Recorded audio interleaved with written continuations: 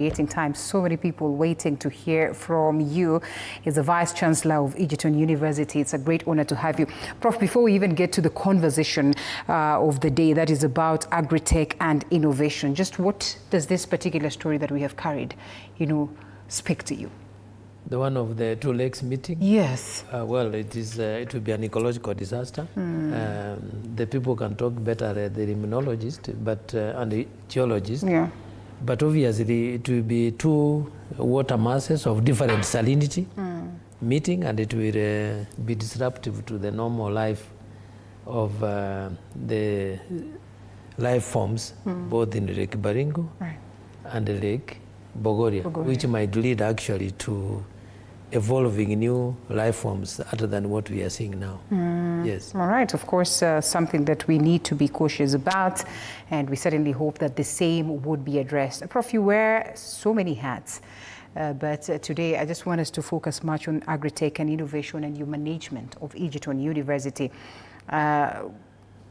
I mean, there's a lot that is playing out at this particular level. One is tempted to say at a time when the education sector and, institutions of higher learning are at a crisis. What is the secret? Well, there's no secret. It is just that it is just getting focused on the mission and the vision of the university, and try to manage with the limited resources that are coming in. And we need to look back, the resilience of the Egerton University, is the oldest institution of higher learning in Kenya. Right. And it has evolved, and it became a university in 1987. And since then, it has evolved more from being purely agricultural to now having it as a comprehensive university with many degree programs. But when we look at the issues of Agritech and it is more being driven by research that is sourced from outside. Okay. And in that area, we indeed have made significant strides, both of research outputs, interaction with the community, and also coming up with the new innovations which are in the pipeline. Okay. And we hope that they will be able to translate into actual products that can then be used in our agricultural sector. Before it even gets to that, one would ask at this very point, where does it leave the university's priorities on the question of teaching, learning, and student success, or they all go hand in hand? Well, they go hand in hand because we teach. Teaching and learning is going on. That's our normal life of getting students. But we don't just focus on getting students through the pipeline. Yeah. We are focused on creating citizens that will be able to meaningfully contribute to the society. And the society is not only Kenya, but because we have students from all over Africa and from outside, is globally contribute to global success. Yes. And of course, when you talk about that, then it triggers the question, just what is the university doing in particular to, advance its mission that is in the country and beyond, like you rightfully put it? Yes, well, first of all, Egerton is known for agriculture. And we have a whole spectrum of agriculture, really underpinned by, if I might call it, a portfolio of committed 2.4 billion research funds that focus on development of agricultural research. And out of that, over the years, we don't make a lot of noise about it, but we have actually managed to have many varieties of new varieties of cereals, of legumes, of groundnuts, which are have been seriously uptaken, and they are putting money in the pockets of wananchi. Right. We are also now with that gene of now doing research. We are also having other faculties getting on board. We are having engineers coming up with products which are very interesting to solve some of the issues that the farmers raise. Okay. So these are products that I think in the year or two you will be able to start seeing them coming up as they are registered or patented, so that those who have done the research are able to benefit, as well as the university. And of course, they say that research is choked pretty much, that level of the university and generally as a people. And many a times you will hear that most of our researchers back at home are more of assistant researchers than the key researchers. Just how are you trying to turn and twist this so that, first of all, with the minimal resources, like you rightfully put, you know, there's going to be change moving forward, and there's going to be that embrace of the need to fund research even better? Well, I was very happy. You know, the other day, the president, remember the presidential address? Address, yes. He actually said he wants to move our budget to 2% of GDP, which is literally what is expected of nations who want to develop. And the president is very clear that Kenya needs to industrialize. But you see, we have depended a lot in the past by getting funding from outside. Yeah. But you should remember the saying that the person who pays the piper is the one who calls the tune. Yeah.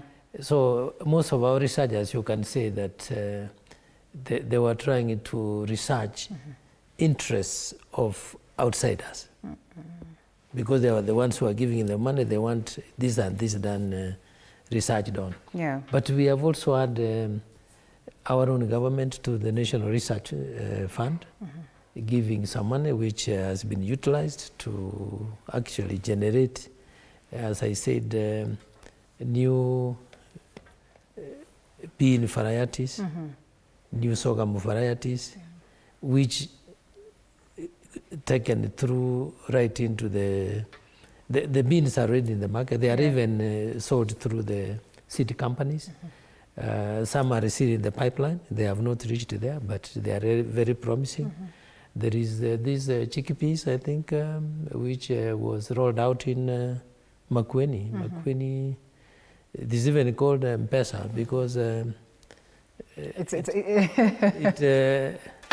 it's kind of generating continuously, you know, generating new beans. I mean, you harvest after some weeks, you harvest again.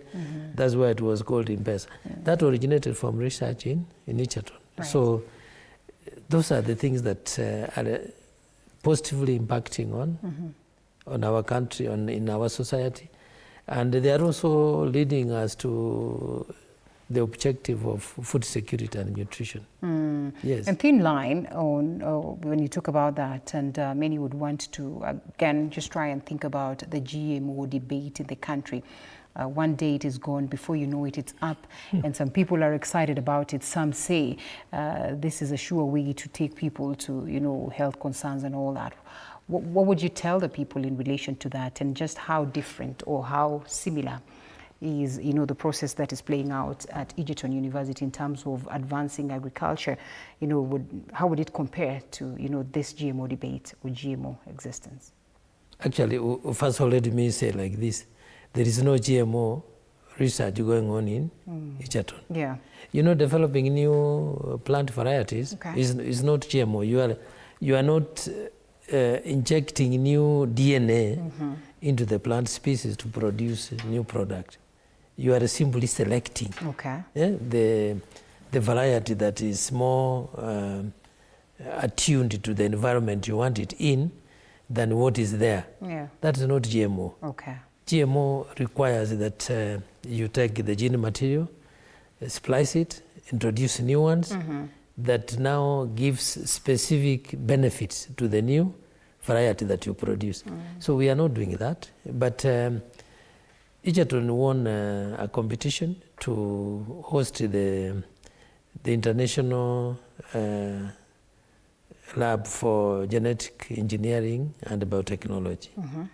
Now that lab, when it is fully functional, will actually be doing manipulation of genetic manipulation of plants to obtain the best for different climatic conditions. Right. But for now, it is simply an issue of selection, until you find one that produces the characteristics you want. Yes. All right, okay. Speaking of that, and now that you've mentioned, of course, that is not the research that is being conducted in Egerton. Could you please, paint a picture of what is playing out there that is in relation to, first of all, how the Egerton academic programs align to the national needs, like you have mentioned earlier on, just expanding it even further for us to know the specific programs that are there, but also to describe Egerton's, main research focus as you go ahead to highlight any recent breakthroughs or partnerships that are there. Okay, first of all is, our programs are normally intended for academically sound, professionally relevant training that is accessible. And when we look at programs, we review our curricula on a cycle of each cycle. Like if a program is 4 years, every 4 years, it is reviewed. When we are reviewing it, we invite comments or participation from the various stakeholders to point out where they would like the tweaking to be done, so that we remain relevant, that we try to produce what is we call fit for purpose. So our curricula are all done for fit for purpose. And then on top of that, I don't know about the other universities, but Egerton, we have gone ahead and put very categorically that students, when going through the training, they need to go out and participate in attachments, in field works and what, to really not just garner the theoretical part, but also work together in the field. So as they finish, they are having both the academic, the knowledge, as well as the skills necessary for them to be meaningful employees or employers, whatever they put their minds on to do. Now, for the issues of research, research goes together with teaching. Because teaching is not just undergraduate, but we also have postgraduate research. These are funded through research programs, research projects which are funded from whoever is put a call out. And the students who are working there together with their lecturers are focused on trying to find solutions to problems. They could be Kenyan, they could be international problems which touch on food. And as I said, the focus is on which foods do we need to focus on for security. In other words, we'll be able to have sufficient production. Then there is the issue of nutrition. The food should also be nutritious, so that you don't just bulk yourself, but you also benefit through getting the necessary energy and strength.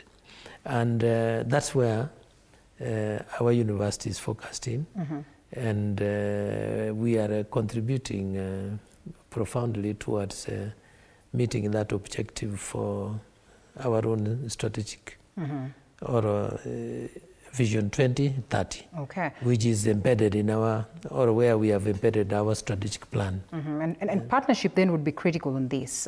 Any partnerships that you are leveraging on with, say, government, international universities, as well as industry to further this mission? Yes, well, first of all, we have our own government through the National Research Fund, although so far the resources have not been meaningfully sufficient, but they have actually helped us make some steps.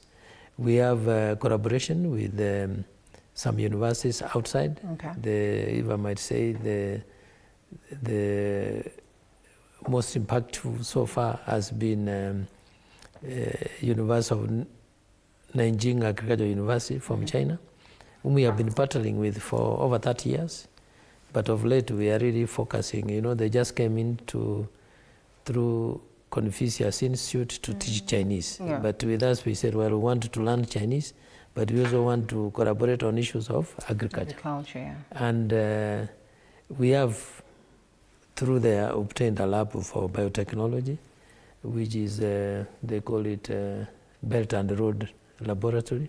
It's situated in Egerton. Okay. And it has helped training students from Rwanda, from Burundi, Tanzania, Uganda, but mainly from Kenya.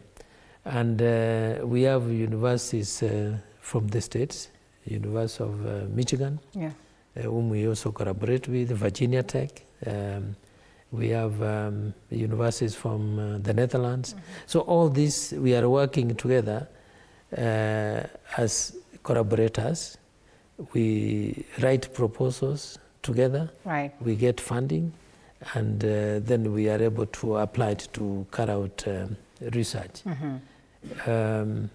Then we also have consortiums. Right. One of them is RUFORUM, which is a consortium of universities who then, of agriculture, who make calls, get money, and then the local universities compete, and they are funded. And through this, we have seen a lot of really improvement in the way we interact, the way the researchers prepare their research outcomes, take them out to the society, so the local communities. So they are able to sometimes discuss, come back and co-create information or solutions to the problems of the communities, right.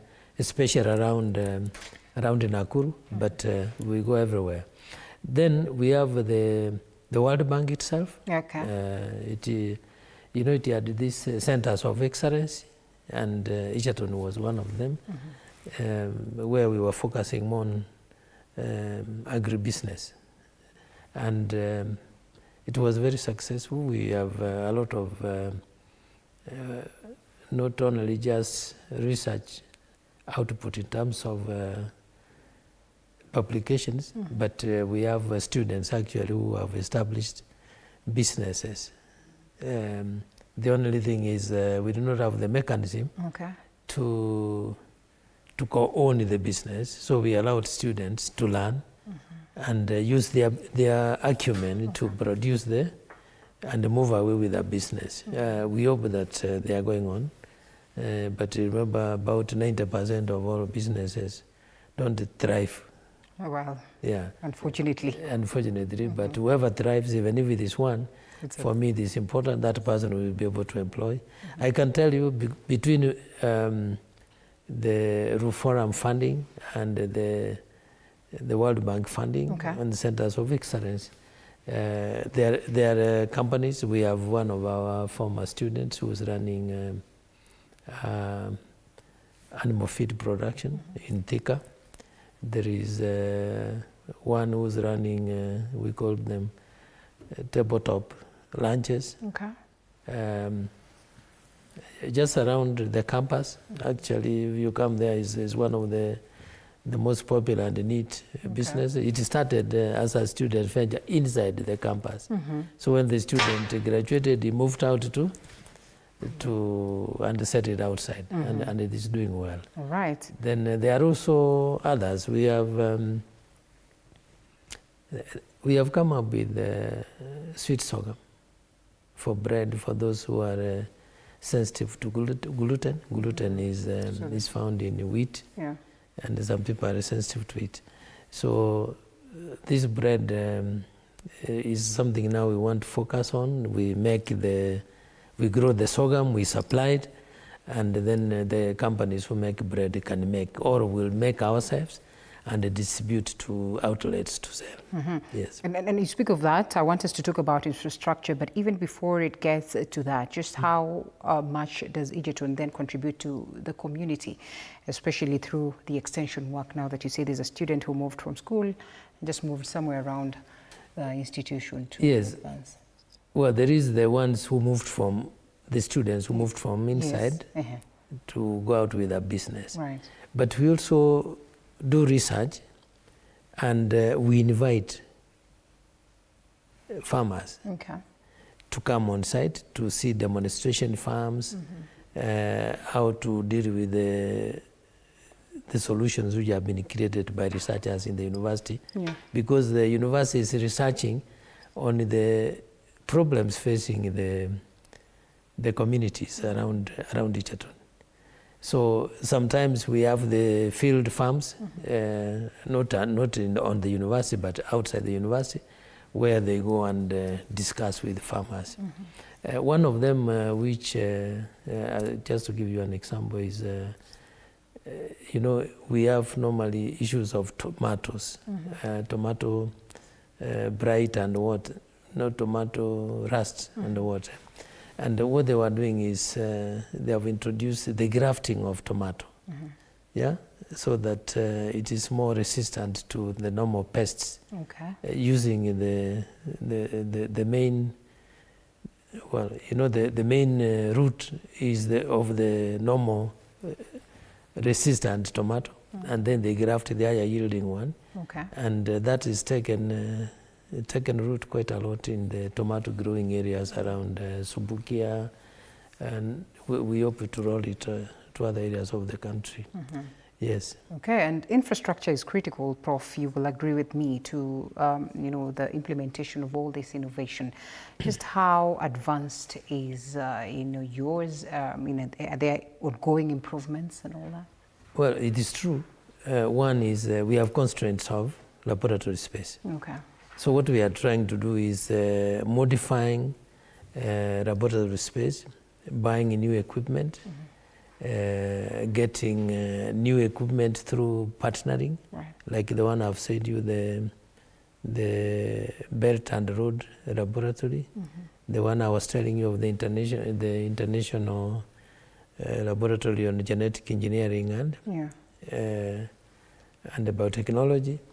So these are new research facilities we are bringing in.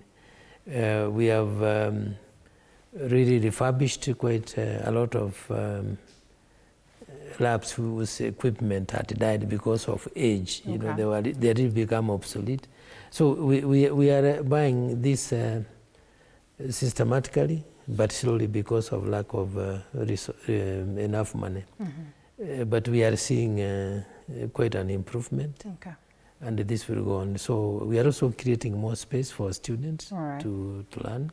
We are also, you know, the other thing you do is you create an environment that makes students comfortable. So we are also looking at their accommodation, their classrooms, to bring in more and more modern aspects of delivery of lectures, working in the labs. So these ones are very, I don't know how I can describe them, they are best seen. That's said. Because sometimes you see what was there and what is there, then you know this is serious, improvement. So for me saying, I can only say that the university management is progressively infusing money into modernizing research facilities. Yes. All right, so any upcoming major upcoming events, and of course, would you speak of what they mean to the growth of the university and the community? And perhaps this would also would take this chance to respond to some of your students who are watching this evening. Some are asking about the graduation. Is it an upcoming event that is huge on the way? I think I should start by the graduation. Then, on the 28th, that is Friday this week, we are having our graduation. It will take place in the main Njolo campus. On 5th of December, that's the Friday next week, we are having a meeting, a dinner for alumni in Nakuru, and all alumni. I hope you are an alumni of, but you can say you are an associate alumni of Egerton. So this is to bring together the graduates of the university to share also their concerns. There are also suggestions on how to continue improving the university. In January, we have a Founders Day. Okay. When the Egerton was started way back in 1939, 39 or 38. This will be a very special occasion. Not only are we celebrating the time that the university was established as a farmers training college, right, but we'll actually be launching the book about Egerton University. Okay. The book is already in print. All right. I think it's already sold quite many, but many copies. But we'll now be launching it officially. Officially, okay. Then in February, we normally have our annual Run for the Mau. Run for the Mau, we raise awareness about conservation and the resources of rehabilitating things like Kenyatta, Kerengeti, but we also generally sensitize people about the need for conservation of riparian areas. And we have examples where we ourselves at the university have actually rehabilitated the river which had dried, and now is running. And we are going to continue rehabilitating the riparian areas along the river. So this is an event which has been going on, and it goes on because we are very passionate as a university on issues of conservation. Okay. Yes. All right. I see the next year's calendar is as good as set. Would you want to speak to the engineering students who are equally asking of the EBK registration and whether it's anywhere in the pipeline? It is in the pipeline. The students are very anxious, which is understandable. Right. That there was a tussle between the university and EBK and the Commission for University Education. But remember, these matters are not really just for Egerton. There are things we negotiate, and I think we have negotiated some of them conclusively. Okay. Some we agreed. We have given free makeup trainings, courses, so that they meet the requirement for renaming of the degrees, which I think they are. We are implementing it, and they know it. I think the anxiety is, how do we do this? Do we give them new degrees, or do we give them supplementary degrees? So that's a matter that is under debate under consultation. So you cannot have 2 degrees for the same. Right. The same program. Okay. Yes. So mine is to tell them just to be patient. All right. The officialdom doesn't work as fast as our expectations. Okay. Yes. Fair enough. Before we come to a close, Prof, what then would be your vision for Egerton in the next few years as long as you're there? And how do you see the university perhaps growing to levels of, getting research to higher levels, as well as innovation and societal impact? Well, you see, that is a very difficult thing, because you have to give a vision. Difficult. I have looked at your profile bio, Prof. But I know. Don't look at my bio. You want my vision. You're a vision bearer. You know, successful in most times. What I would like to do first is to consolidate and expand the research in Egerton, not just in agriculture, but also to expand to other areas. Okay. So that we are really now a globally competitive university in terms of research. I recently got the council to allow us to institutionalize innovation. So we created an office for innovation.